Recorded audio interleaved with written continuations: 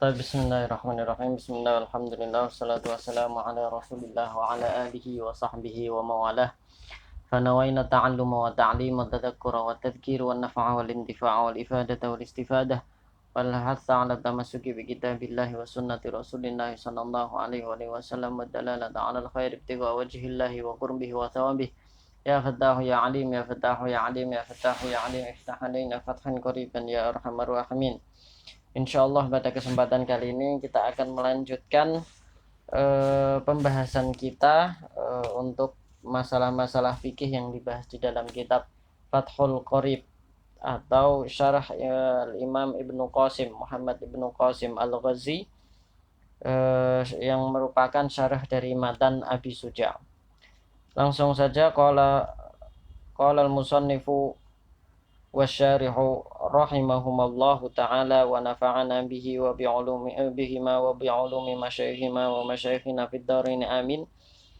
Qal faslun fi bayanin najasat wa izalatiha wa hadzal faslu madhkurun fi ba'dhin nusakhi qubaila kitabis shalah.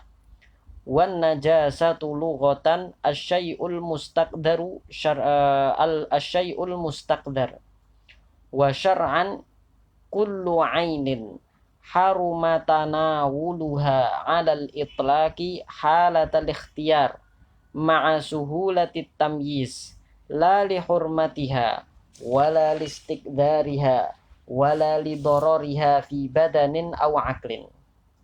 Wa dakhala fil itlaqi qalilun najasati wa kathiruha wa kharaja bil ikhtiyari ad-darurah fa innaha tubihu tanawulan najasah wa bisuhulatit tamyiz aklud dudil mayyit fi jubnin aw fakihatin wa nahwi dhalik.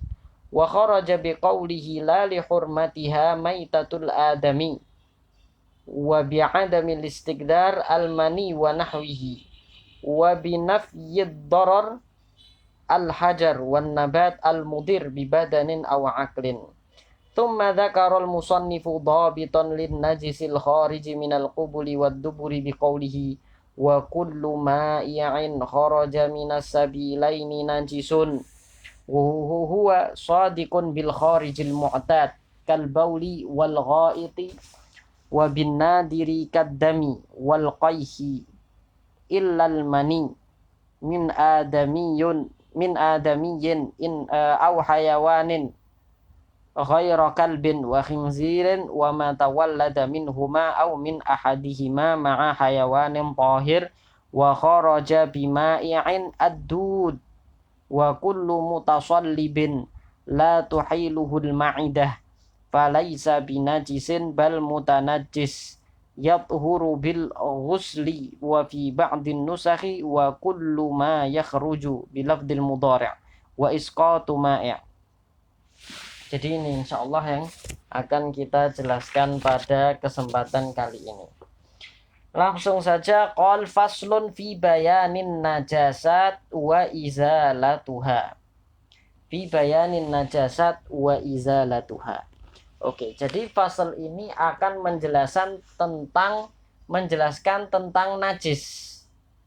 Fasal ini nanti akan menjelaskan tentang najis wa izalatuha dan cara menghilangkan najis. Nah, tapi najis di sini maksudnya adalah, tentu nanti akan disyarah ya, bahwasanya najis di sini itu adalah mustaqdar, al-mustaqdar lughatan asyai'ul mustaqdar, habis itu syar'annya mustaqdarun yamna'u min sihhatil shalah haitsu la murakhis. Itu nanti kita bahas di ta'rif. Tapi yang ingin kita jelaskan di sini bahwasanya yang dimaksud dengan najis atau kata najasah ini tadi yutlaqu ala amroin, atau dia digunakan untuk menyebutkan dua makna, mempunyai dua makna yang berbeda.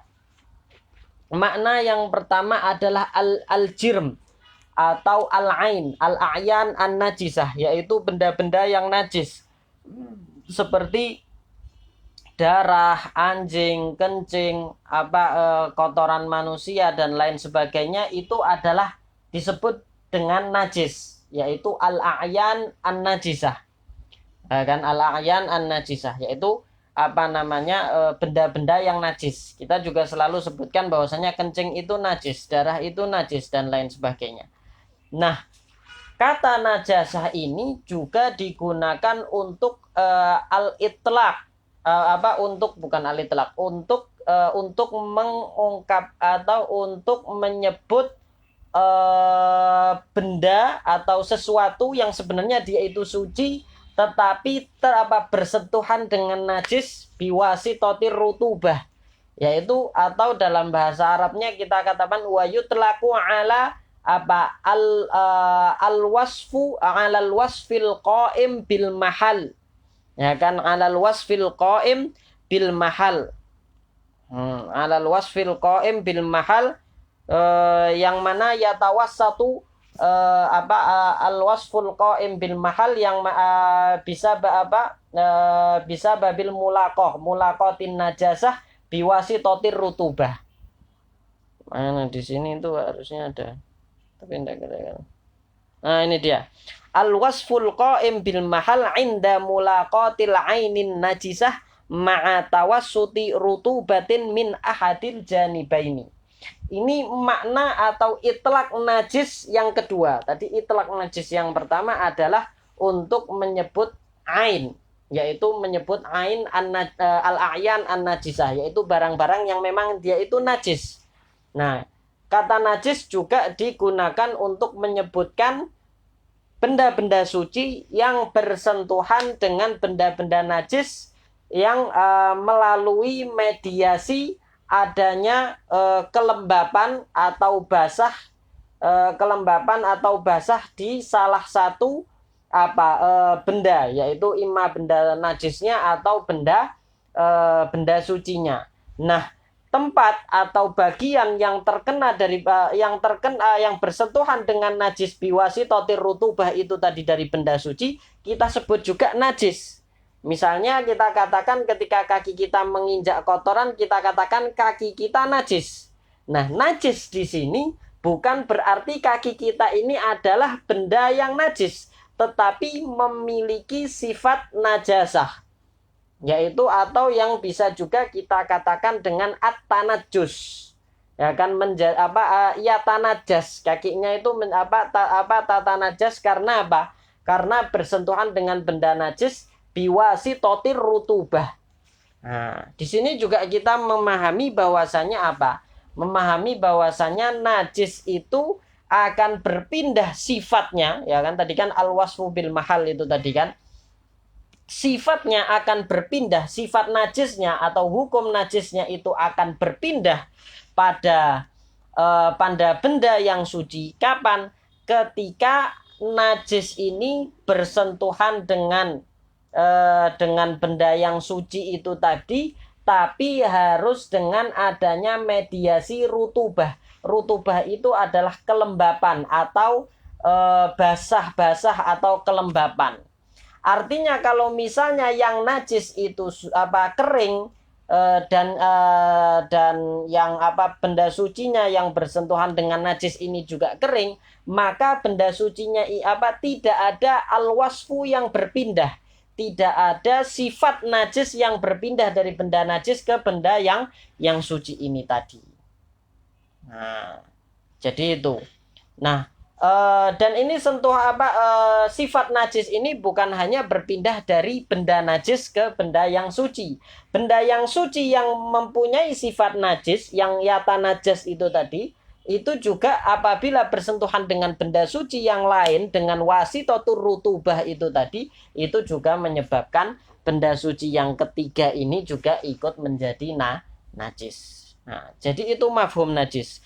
Jadi di sini fi bayanin najasat, faslun fi bayanin najasat, maksud dari najasat yang pertama ini adalah al-a'yan an-najisah. Oke? Wa izalatuha wa izalatiha, adapun wa izalatiha dan cara menghilangkan najis. Nah, jadi akan membahas benda-benda najis dan cara menghilangkan najis. Nah, najasat yang pertama tadi apa maknanya? Maknanya adalah al-a'yan an-najisah, yaitu benda-benda yang najis. Adapun wa izalatiha, ha di sini domirnya kembali kepada an-najasat, tetapi dengan makna yang berbeda. Ya kan, makna yang pertama itu tadi al-jirm atau al-a'yan an-najisah, sedangkan makna yang kedua yang dimaksud dengan domir yang kembali ke najasah itu maknanya dengan makna al-wasful qaim bil mahal. Jadi dia menggunakan kata najasah, dia menggunakan kata najasah dengan makna dan menggunakan domir, setelahnya menggunakan domir yang kembali ke najasah dengan makna najasah yang lain, yang mana itu disebut dengan istikhdam. Nah, di dalam bahasa Arab uslub yang seperti itu disebut dengan istikhdam, artinya menggunakan di sini menggunakan kata dengan makna tertentu, kemudian menggunakan domir setelahnya yang kembali ke kata yang sama tetapi dengan makna yang lain. Nah, jadi izalah di sini yang dimaksud adalah izalatul wasf, karena najasahnya sendiri itu tidak karena najasahnya sendiri itu tidak hilang apabila artinya tidak bisa dihilangkan.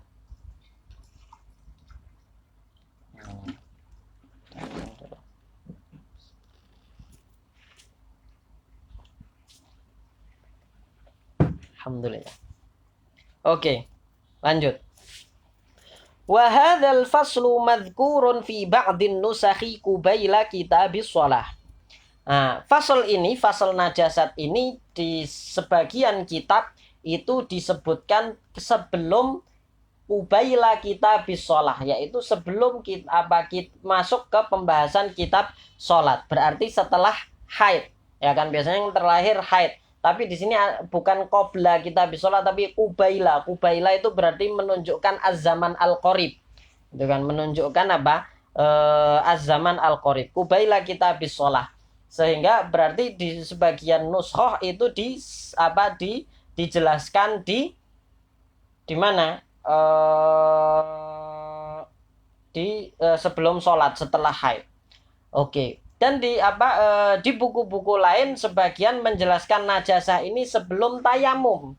Sebelum membahas tayamum. Kenapa dibahas sebelum tayamum? Karena izalatun najasah itu syartun min syuruti sihhati tayamum.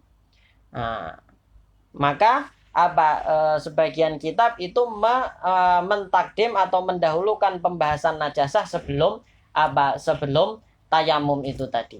Karena dia syarat, dan syarat itu muqaddam tob'an, dan yang muqaddam tob'an itu layak untuk dijadikan muqaddam wad'an.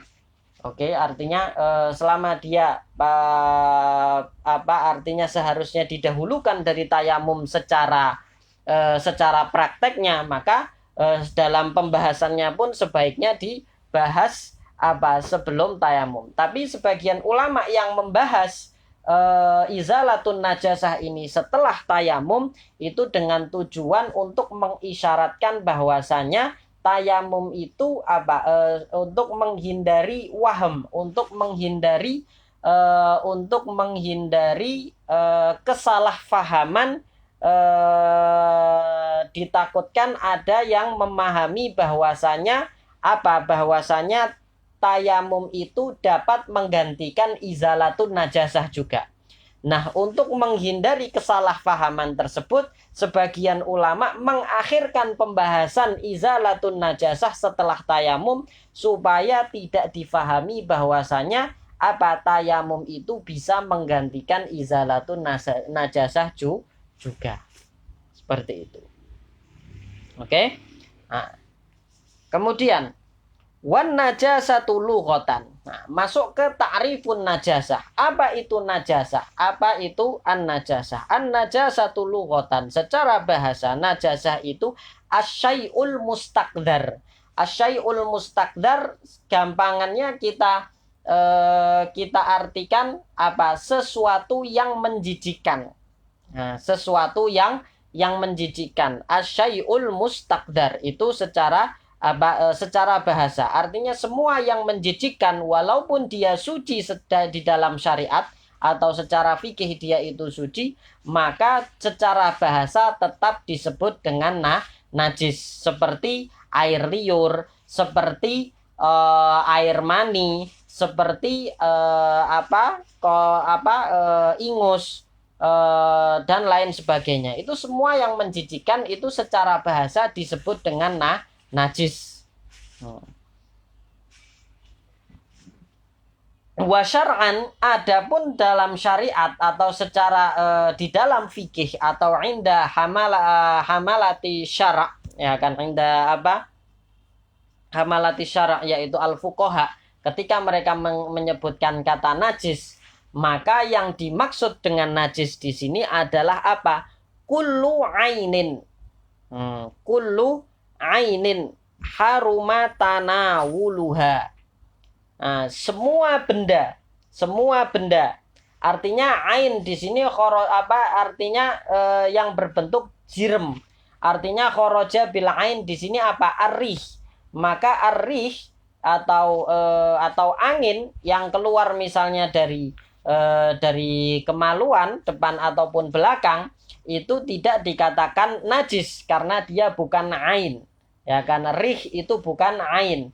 Berbeda nanti ketika kita membahas masalah seperti misalnya dukhon itu ain. Ya kan, dukhon itu ain, tapi arrih, angin itu bukan ain. Jadi di sini kullu ainin, semua benda, harumata wuluha, yang haram untuk dikonsumsi. Ya kan, yang haram untuk dikonsumsi alal itlaq di sini artinya apa? Artinya sedikit maupun banyak. Sedikit maupun banyak dia haram dikonsumsi. Artinya kalau misalnya dia halal dikonsumsi dalam keadaan sedikit dan haram dikonsumsi dalam keadaan banyak atau dalam jumlah yang banyak, maka itu bukan tidak mesti najis. Seperti apa? Seperti afyun, kemudian albanj. Kemudian afyun, albanj, al-hashish dan lain sebagainya, itu semuanya tohir, tidak najis. Kenapa? Karena dia benar harumatanawuluha, tapi ma'al kasroh. Tapi kalau kolil itu la yahrum. Alal itlaq halatal ikhtiyar. Artinya ini benda-benda ini benda-benda najis ini haram dikonsumsi pada saat atau pada keadaan normal, normal. Adapun dalam keadaan terpaksa, benda-benda yang halal dikonsumsi dalam keadaan terpaksa seperti bangkai hewan, ya kan, seperti bangkai hewan itu tetap najis. Nah, jadi ini untuk mengeluarkan untuk mengeluarkan bangkai najis, karena dia boleh tanawul, tapi boleh dikonsumsi, tapi boleh dikonsumsinya kapan? Fi halatil ittiror. Nah, maka di sini ditakyid dengan halatul ikhtiyar, halatul ikhtiyar. Jadi kullu ainin harumatanawuluha alal itlaq halatul ikhtiyar. Ma'asuhulatit tamyiz. Ma'asuhulatit tamyiz artinya kebolehan keharaman mengkonsumsi benda najis ini, keharaman mengkonsumsi benda ini fi halatil ikhtiyar itu ma'asuhulatit tamyiz, artinya pada keadaan yang mudah untuk dibedakan. Artinya dalam keadaan yang mudah dibedakan, artinya kita mudah untuk membedakan ketika mengkonsumsi makanan mana yang najis yang boleh dimakan dan mana yang najis yang tidak boleh dimakan dan mana yang suci yang tidak boleh dimakan. Nah, adapun misalnya ada benda najis yang dia ini untuk qaid ma'asuhulati tamyiz ini untuk mengeluarkan apa? Untuk mengeluarkan adut atau cacing yang biasa ada di buah ataupun ada di jubnah, ada di keju. Cacing yang ada di buah ataupun ada di keju itu kalau misalnya ada cacing yang mati ya kan di buah ataupun ada di keju itu halal dimakan. Ya kan halal dimakan walaupun dia sebenarnya tetap tetap najis tapi halal dimakan artinya ma'fu. Kenapa? Karena sulit, artinya sulit untuk dipisahkan dari artinya sulit bagi seseorang yang makan jubnah atau yang makan keju ataupun makan buah untuk dituntut selalu meneliti apa yang akan dia makan, mencari apakah ada cacingnya ataupun tidak ada cacingnya.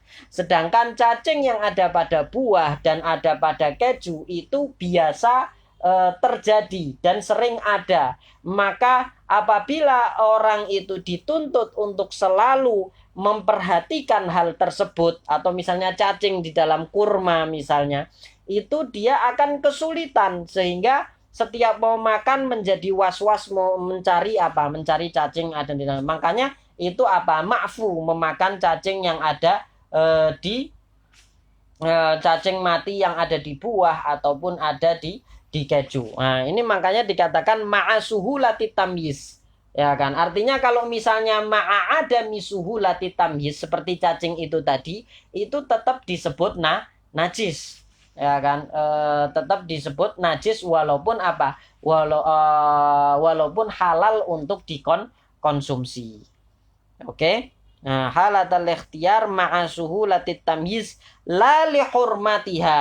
La li hurmatiha, dan keharaman memakannya ini bukan karena hurmahnya. Hurmah di sini bukan bermakna haram, tetapi hurmah di sini bermakna dengan makna al-hurmah bermakna at-ta'zim, yaitu artinya al-ihtiram, yaitu tidak boleh dimakan karena dia adalah sesuatu atau benda yang terhormat, seperti misalnya bangkai manusia. Bangkai manusia itu terhormat, ya kan? Dia tidak haram dimakan bukan karena dia najis, tetapi dia haram dimakan karena dia adalah benda yang terhormat yang tidak boleh dimakan. Artinya tidak boleh dimakannya itu karena karena dia adalah benda terhormat. Wala listikdzariha, dan benda najis itu adalah benda yang haram dimakan juga bukan karena dia menjijikkan. Bukan karena dia menjijikkan. Maka keluarlah dari qaid ini seperti mani, ya kan? Mani itu dia haram dimakan, tapi dia tapi dia haram dimakan bukan karena dia najis, tetapi karena dia menjijikkan. Karena dia menjijikkan. Nah, demikian juga seperti ludah, kemudian ingus, itu adalah benda-benda suci yang juga haram dikonsumsi. Nah, yang haram dikonsumsi. Tetapi ada keadaan, ya kan? Ada keadaan di mana seseorang itu boleh mengkonsumsi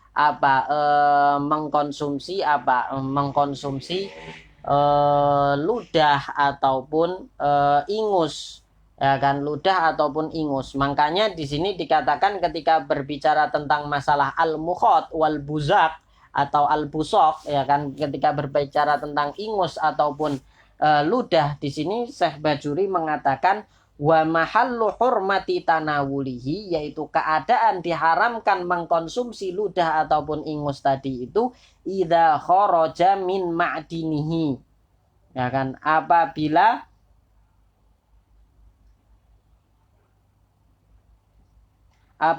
keluar dari tempat keluarnya, artinya dari sumbernya, yaitu ludah itu sumbernya dari mulut dan mukhot itu sumbernya dari hidung, ya kan, sumbernya dari hidung. Jadi tidak boleh mukhot atau ingus itu keluar dari hidung, ya kan, keluar dari hidung kemudian kita sedot lewat mulut. Jadi ini dia keluar dari hidung kemudian kita sedot pakai mulut gitu. Kemudian kita konsumsi. Haram hukumnya.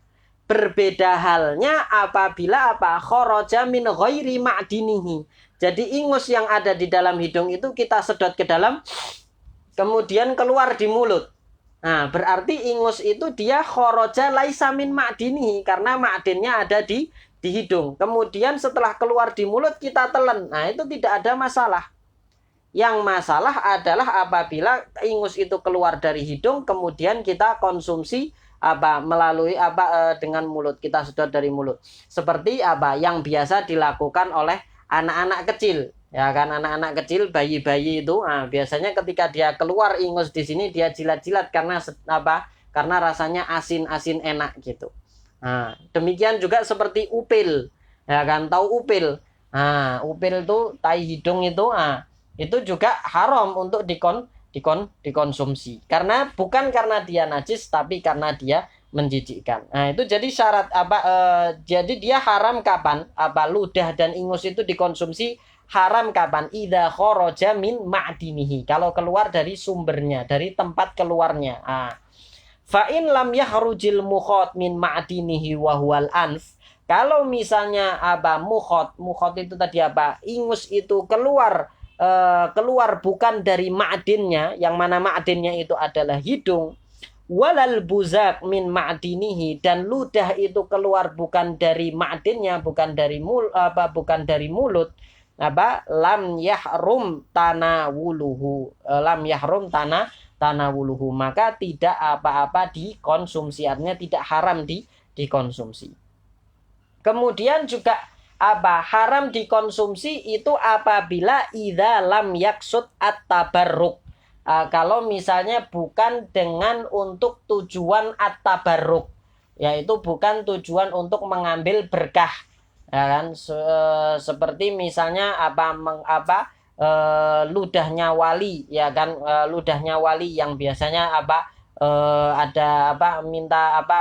ada minuman yang diciprati sedikit ludahnya supaya mendapatkan berkahnya, itu juga tidak apa-apa dikonsumsi karena tujuannya untuk mengambil berkah. Ini yang ngomong Syekh Bajuri, bukan saya. Oke. Nah, wa ma lam yastahlik fi nahwi ma. Demikian juga seperti ingus dan ludah itu dia haram dikonsumsi apabila tidak selama dia lam yastahlik fi nahwi ma. Artinya tidak masuk ke dalam air kemudian sudah melebur menjadi satu dengan air. Kalau sudah melebur menjadi satu dengan air maka boleh dikonsumsi air itu. Tapi kalau masih dalam bentuk ludah, masih ngumpul jadi satu, atau masih dalam bentuk ingus, itu tidak boleh dikonsumsi. Kemudian juga haram dikonsumsi malam yaksud bihil istildad. Selama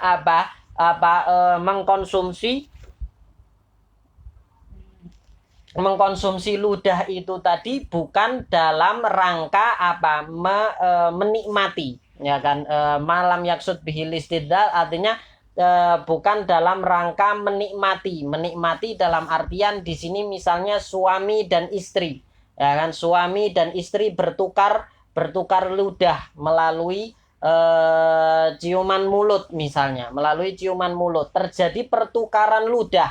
Nah, terjadi pertukaran ludah sehingga yang ini tertelan ludahnya istri, yang suami tertelan ludahnya istri, istri tertelan ludahnya suami. Nah, ini tidak haram, dihalalkan dalam hal ini karena tujuannya adalah untuk alistildad. Makanya di sini dicontohkan kariki halilah.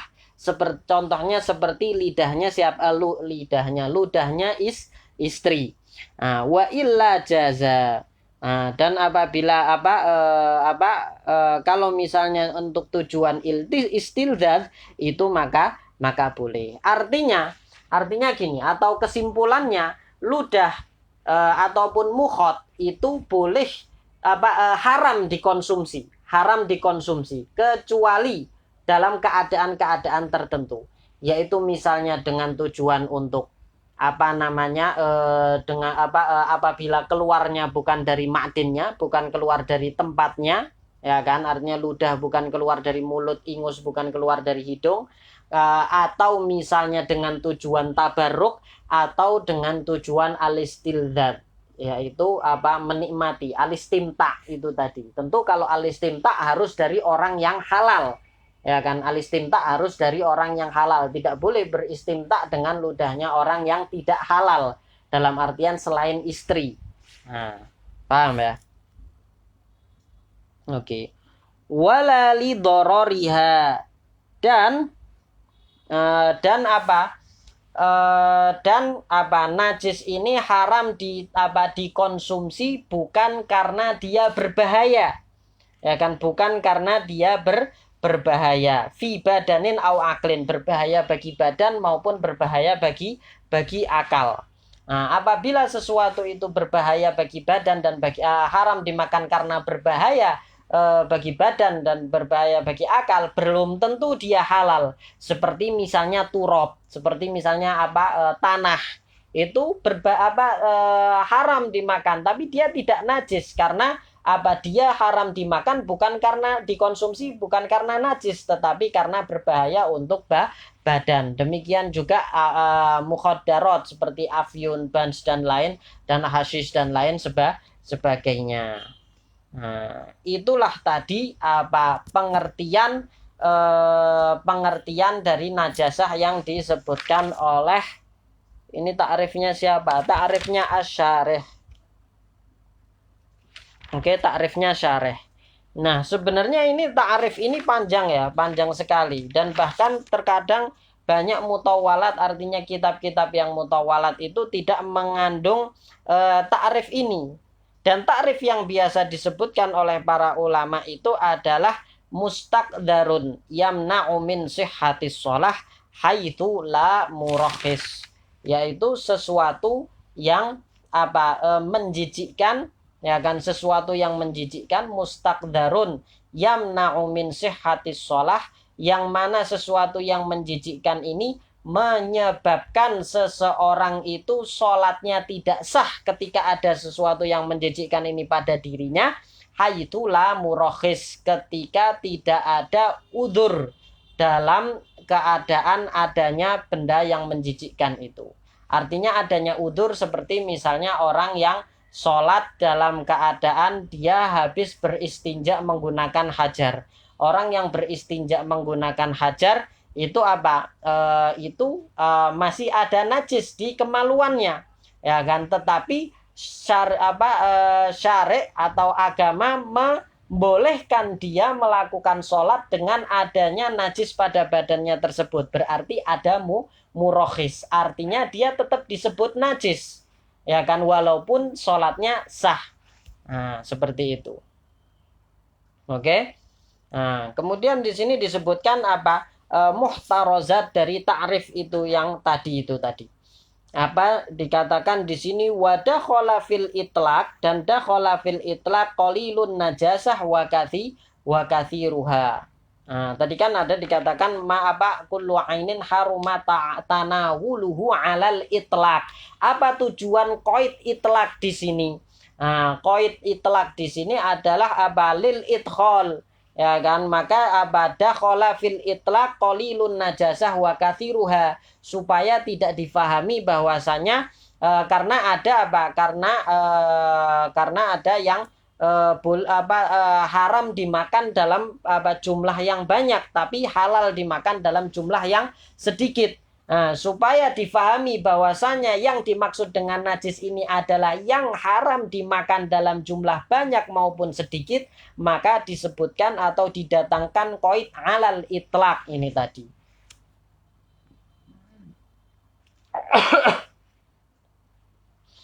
Wa kharaja bil ikhtiyar. Oke, ini qaid selanjutnya kan tadi kullu ainin haruma tanawuluhu 'alal itlaq halatal ikhtiyar. Oke, kenapa didatangkan halatal ikhtiyar ini? Nah, kharaja bil ikhtiyar ad-darurah, untuk mengikhraj halatat darurah, untuk mengeluarkan keadaan darurah. Karena dalam keadaan darurah seseorang boleh memakan bangkai, sedangkan bangkai ini najis.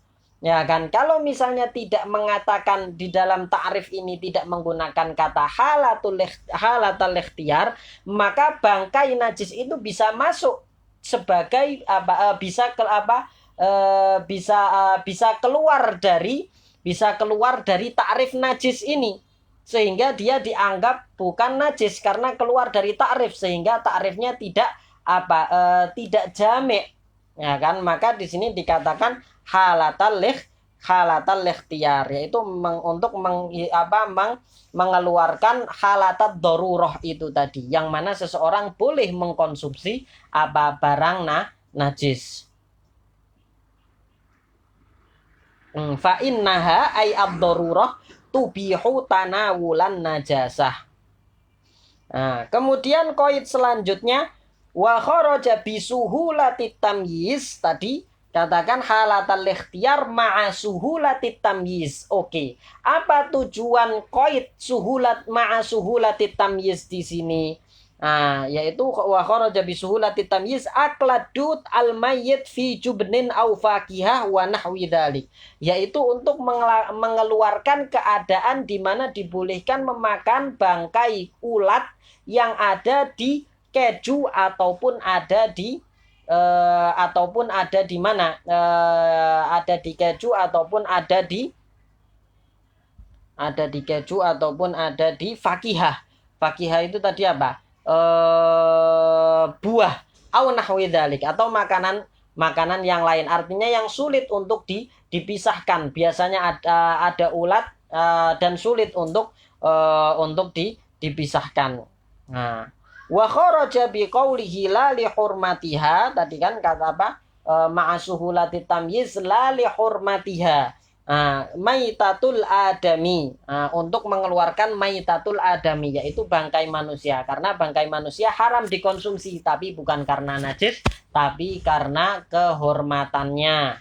Oke. Wa bi'adamil istiqdar, tadi kan la li hurmatiha wala listiqdariha, wa bi'adamil istiqdar, untuk mengeluarkan mani, karena mani itu mani itu haram untuk dikonsumsi, tapi bukan karena dia najis, tapi karena dia mustakdar, menjijikkan.